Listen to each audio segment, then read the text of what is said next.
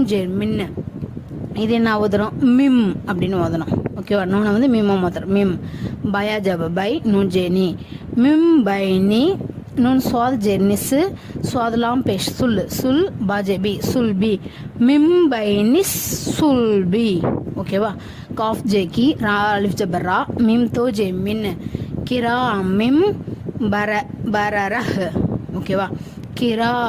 கிரா மிம் பரரஹ் பாஜபர் ப ராஜபர பர ராஜபர பரர தாத்தோ ஜெத்தின் இங்கே தா இருந்துச்சுன்னா ஹாவா மாற்றி சுக்குன்னு வச்சு சொல்லணும்னு சொல்லியிருக்கேன் இல்லைங்களா.